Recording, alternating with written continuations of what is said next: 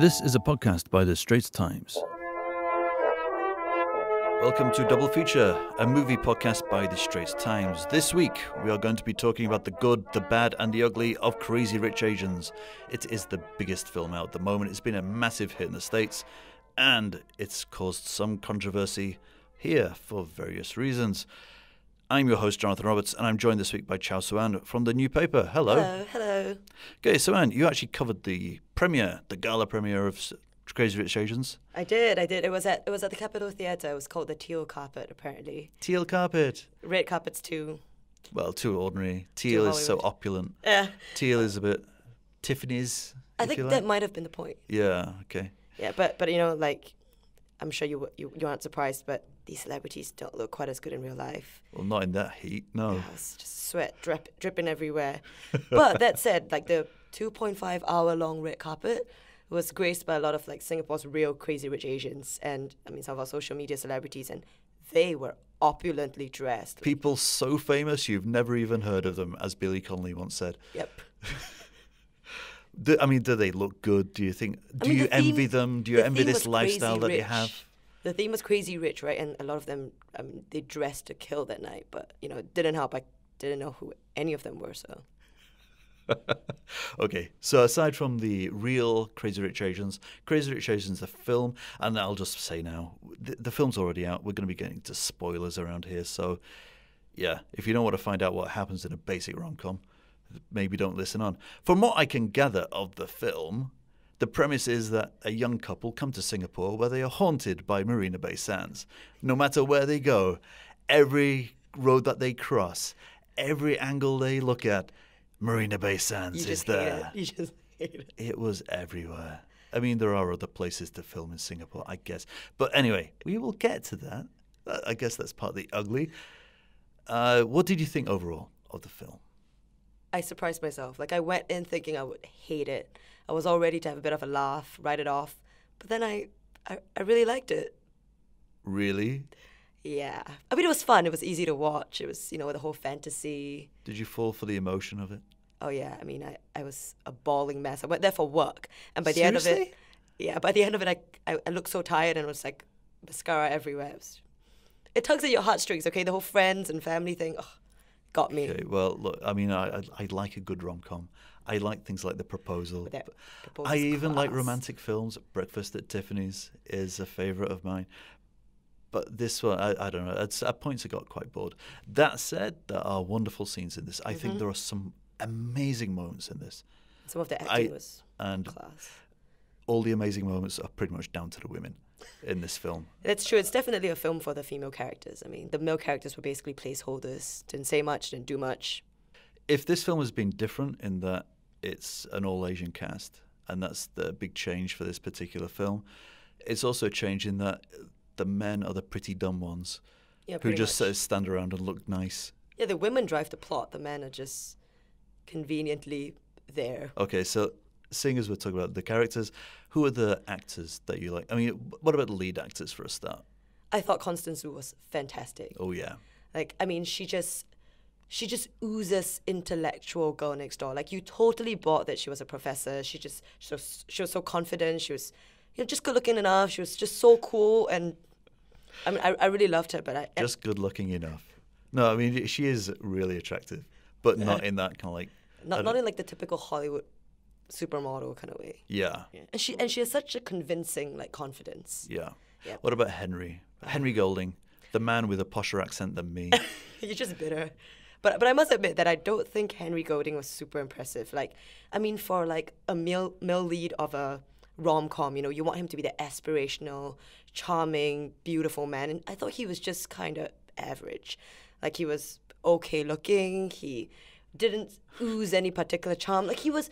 I'm sorry, but someone with a potato face like mine saying that Henry Golding just looks okay is like, no, wow, I mean, it's just in comparison with standards. Just in comparison with all the other male leads. You know, in a film like that, you kind of want that male lead to be, you know, the symbol of like ultimate, you know, what everybody wants. I thought he was good for the role. He's the non-threatening boy next door type, even though he's meant to be super rich. And you could definitely take him home to meet your mother. I think that in terms of looks, though, Pierre Peng is still the better looking of the cast. No, he really was. Like, I honestly thought that Pierre Peng was super attractive. But the best actors in this are... Definitely the women. Yeah. No questions. And in particular, the two mums. Yeah, Michelle Yeoh and Tan Keng-hwa were just incredible.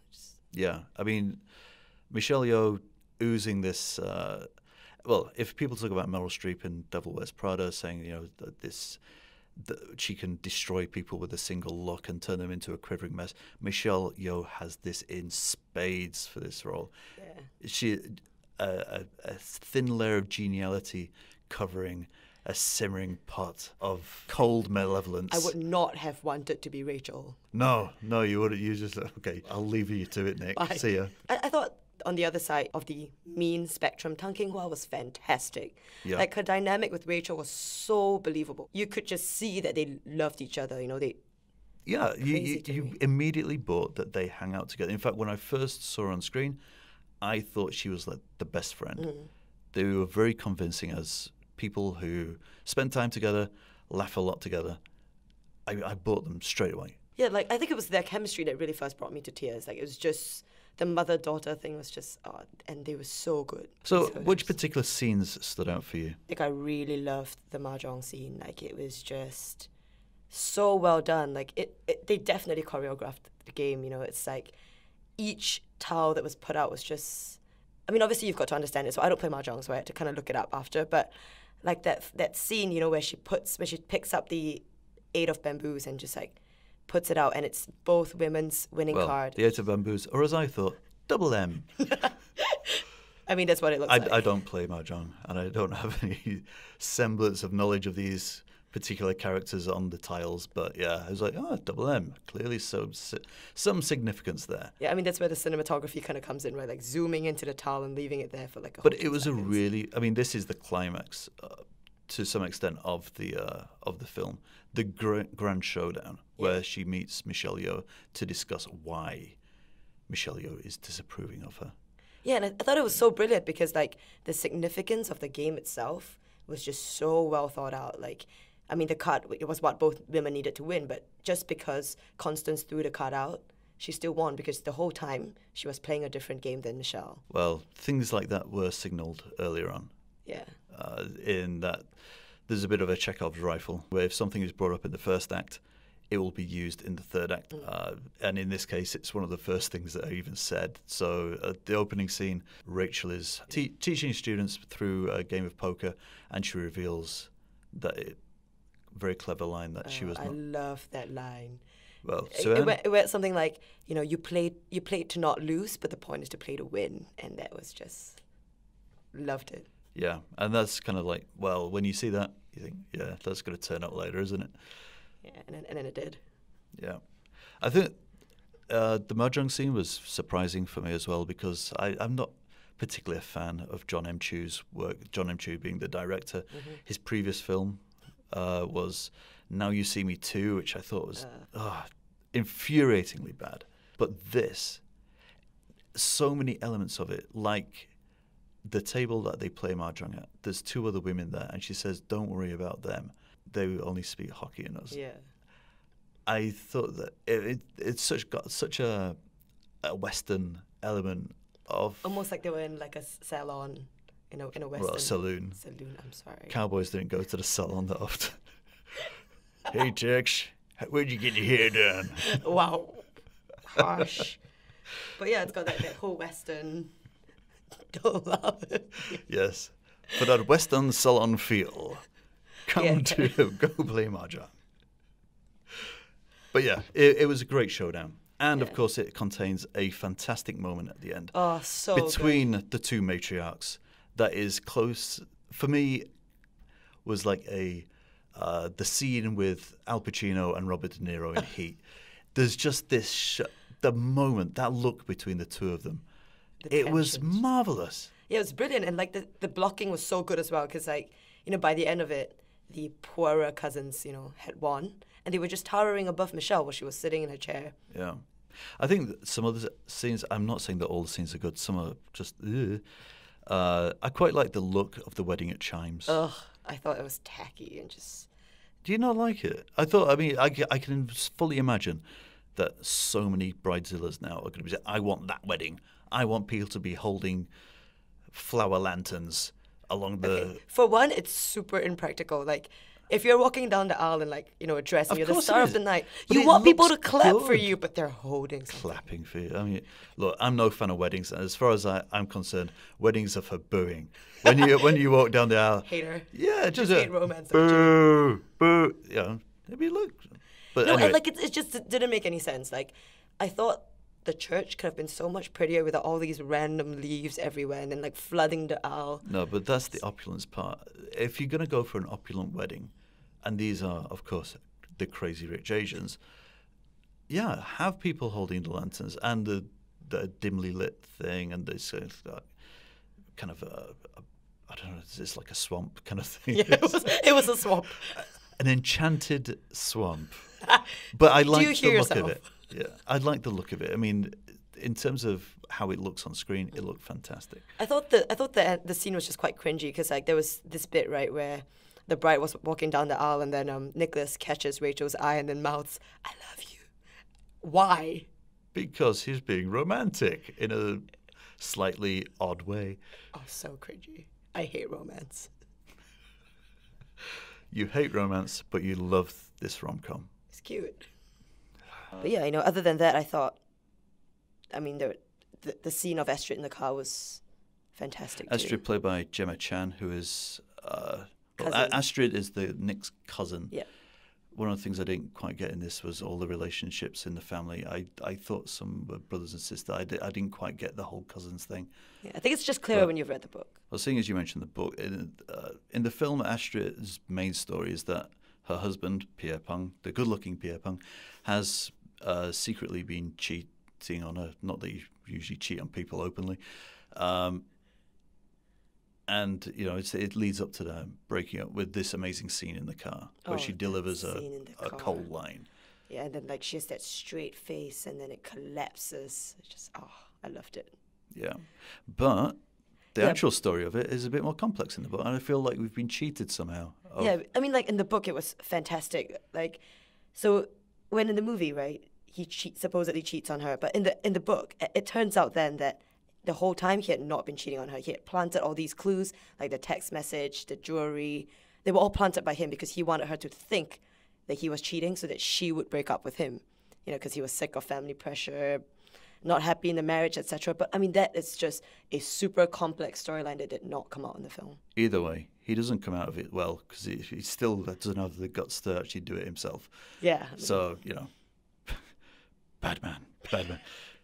I thought the music was really quite clever because they did Chinese covers of really recognizable, super popular English songs. Including Coldplay, which You gets just- it marked down for me. You just hate Coldplay, but Yeah. but the thing is, everyone knows that song.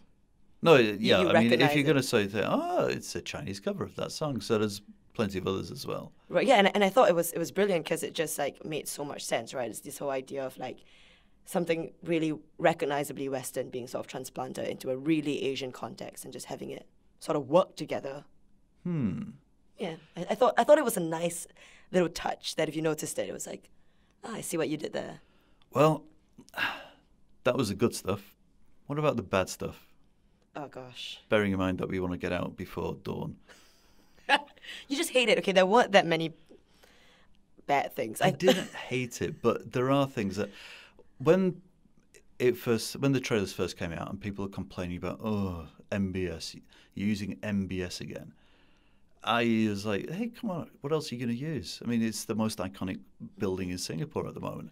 At the same time, actually finally watching it, yeah, wow. Yeah. They really overuse MBS. Yeah. I mean, I joked at the start about them being haunted by it, but it seems to follow. They just keep going there. No, and I see your point because For these amazingly rich people, they barely travel anywhere else around Singapore. Within the first 5 minutes of Nick and Rachel landing in Singapore, apparently at MBS as well, according to the map, instead of Changi Airport, they get taken out by his friends, Colin and Araminta, and they go out. They drive past MBS, and then they go to Hawke Centre, which is another bad part. And then you see them carrying the evening on. Yeah. No, I see Hours your point, later, though. going past MBS again, and then driving past MBS again. Yeah, I mean, it's really telling because, so much of it was shot in MBS that when you actually go onto the roads of Singapore, which is, real Singapore, it's actually jarring. Like, it snaps you out of it. I suppose it's the way it's shot, because so many of the other scenes in the opulence places, or, the family house in Penang or things like that, it's shot in such a way that it looks like a film set. It doesn't look real. Now, that may be just the way the Singapore is lit, because Singapore has a lot of lighting around it, light pollution as well. But, lots of places do look particularly spectacular at night. But when you have shots taken on the expressway and you've got HDB blocks going past in bright sunlight with the blue skies going out, it does amaze you. Oh, well, hello, we're in the real world again. Yeah, like it almost wakes you up from this Yeah. sort of like dream-like. Yes. But I mean, other than the MBS thing, I really thought that a lot of the film was really a bit too tourist board advertisement for my liking. I mean, especially that scene at the hawker centre. So Yeah, I contrived. don't know how you could shoot the hawker scene in a slightly different way to not make it seem so much like an advert.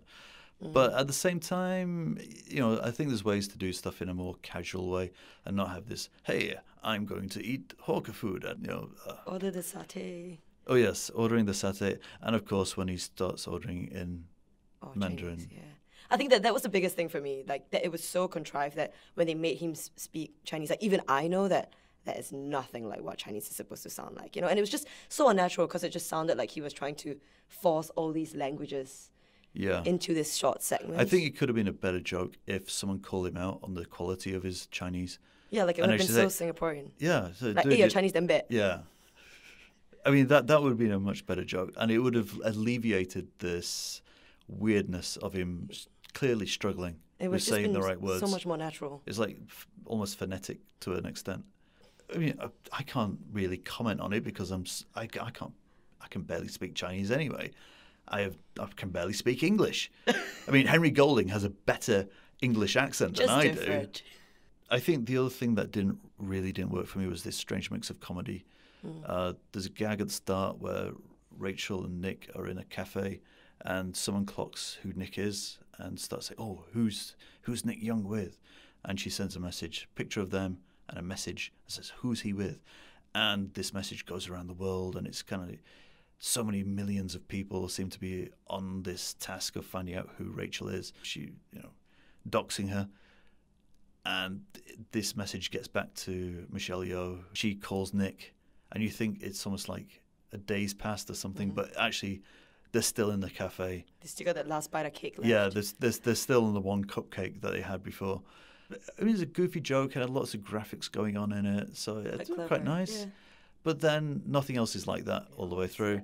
And then there's this weird bit on the ocean liner for the bachelor party where this guy has got it's a bazooka, a t-shirt cannon, or what? I think it's a bazooka, or like a firework cannon, because it's firework cannon, yeah. one of those things. And then he shoots it, but then he knocks one of the bikini girls off the stage with it in a kind of Roadrunner and Coyote style, and it's just weird, disjointed bits of humor. Along with all the Ken Jeong scenes, I was just like, not really funny, kind of cringy, mildly racist. Yeah, I didn't quite get the Ken Jeong thing, unless it was just one of those things that we need someone really US famous to be in this. I guess, or maybe like they just Ken wanted Jeong like some kind of comic relief, but I don't think it translated particularly well for me. Well, he's just being Ken Jeong again, where he's just like turns up a bit is kind of loud, brash, crass, kind of embarrassing. Yeah, a bit off color. Yeah. Speaking of which, his son in that has the most off-color joke. Played by Calvin Wong, who plays P.T., Awkwafina's younger brother, who instantly takes a shine to Rachel, but in a kind of creepy way. But, I mean, all the way through, it's kind of like he's there. He's obviously awkward around girls, but he starts saying, I love you, to her. And then he starts taking photos of her at every available opportunity, even when she's receiving bad news and stuff.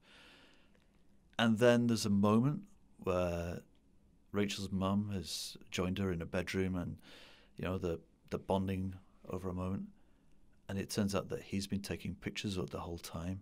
Yeah. And whilst they're on the bed, and he says, "I'll send you the pictures later."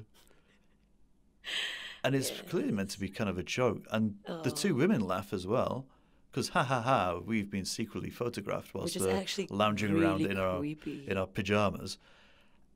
And the cinema that I was with were just like... The cinema I was in, there was just pure silence because the film clearly crossed the line there For because some unknown nobody found that particularly bit funny because it's not. It's just really creepy.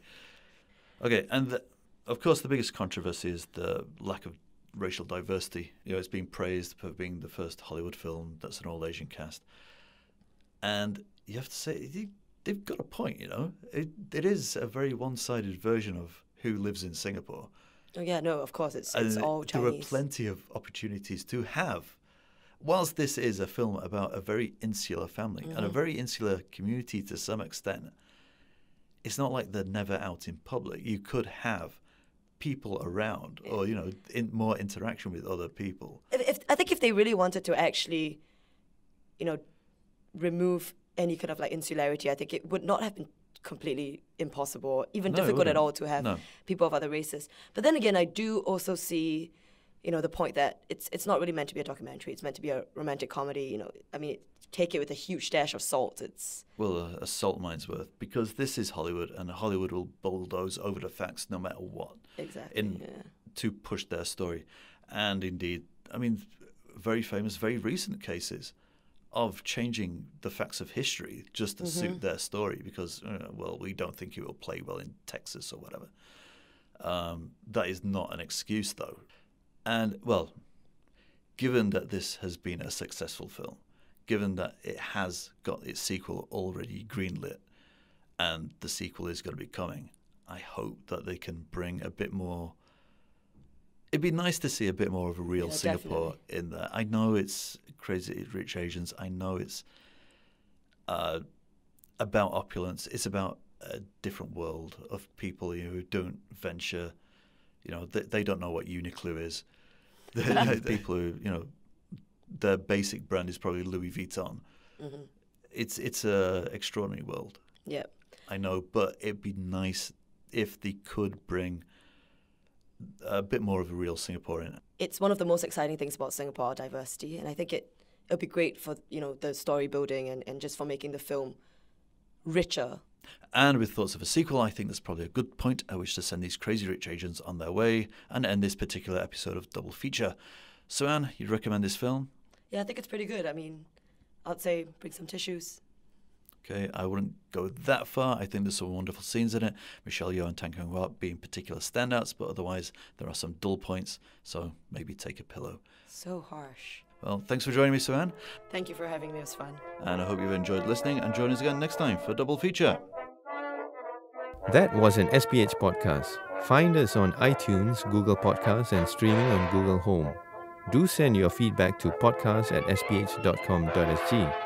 You can also check out more podcasts on various topics at straightstimes.com and bt.sg.